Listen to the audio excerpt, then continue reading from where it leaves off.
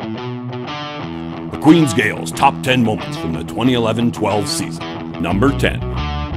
The Carr Harris Cup 2012 edition was set on the largest stage in the game's 26-year history, in front of a record 2,576 fans at the K-Rock Centre in Kingston, Ontario. Queens won the game 4-1. Kelly Jackson won his second Carr Harris Cup MVP in 2 years, and captain Jonathan Lawrence wrapped up his career with the team with an undefeated record in the rivalry game. Number 9. Three of the most decorated coaches in Queens history hit milestone marks in their coaching careers this year, as women's basketball coach Dave Wilson and rowing coach John Armitage finished up their 30th seasons, while men's volleyball coach Brenda Willis celebrated her 25th year at the helm. Number 8.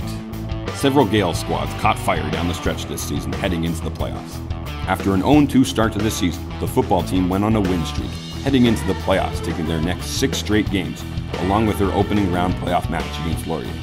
The men's volleyball team caught fire at the end of their season, winning their final 6 regular season games and all 3 playoff games, winning the OUA championship.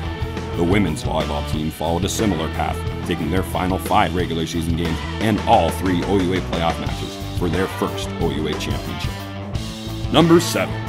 The Gaels were well represented at the OUA level this year with outside hitters Joran Zeman, men's volleyball, and Natalie Gray, women's volleyball, center Morgan McCaffey, women's hockey, and midfielder Riley Fillion, women's soccer, all getting their league MVPs. Goaltender Riley Whitlock, men's hockey, and defensive lineman Osiu Kuoma from football took home honors for their positions as well. Number 6. It was a banner season once again for the Gaels, winning national titles in women's soccer and women's ultimate. The cycling and men's fencing teams both repeated as provincial championships, while men's volleyball, women's volleyball, and women's soccer all brought home OUA championship banners. Number 5. The women's volleyball team rewrote their record books this season. After winning their first ever OUA championship, they made their first appearance on the national stage. Natalie Gray became the first player to take home a major award at the national level, winning the CIS Teresa Quigley Award. Number 4. Queens Athletics and Recreation hosted their first ever indoor national championship, March 2nd to 4th, as they welcomed the top CIS volleyball players to Kingston.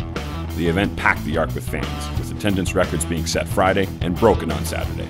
The Gaels finished 4th in front of the home crowd, which is their best result at nationals. Number 3. Brittany Moore, 1 year after becoming the Queens Gaels all-time leading scorer, moves into 2nd on the OUA all-time scoring list and finishes her career as the Gaels basketball, men's and women's, all-time leading scorer. She finishes her career with 1,652 points and was named an OUA East first-team All-Star for the 4th year in a row after being named to the OUA East All-Rookie team in her first year. Number 2.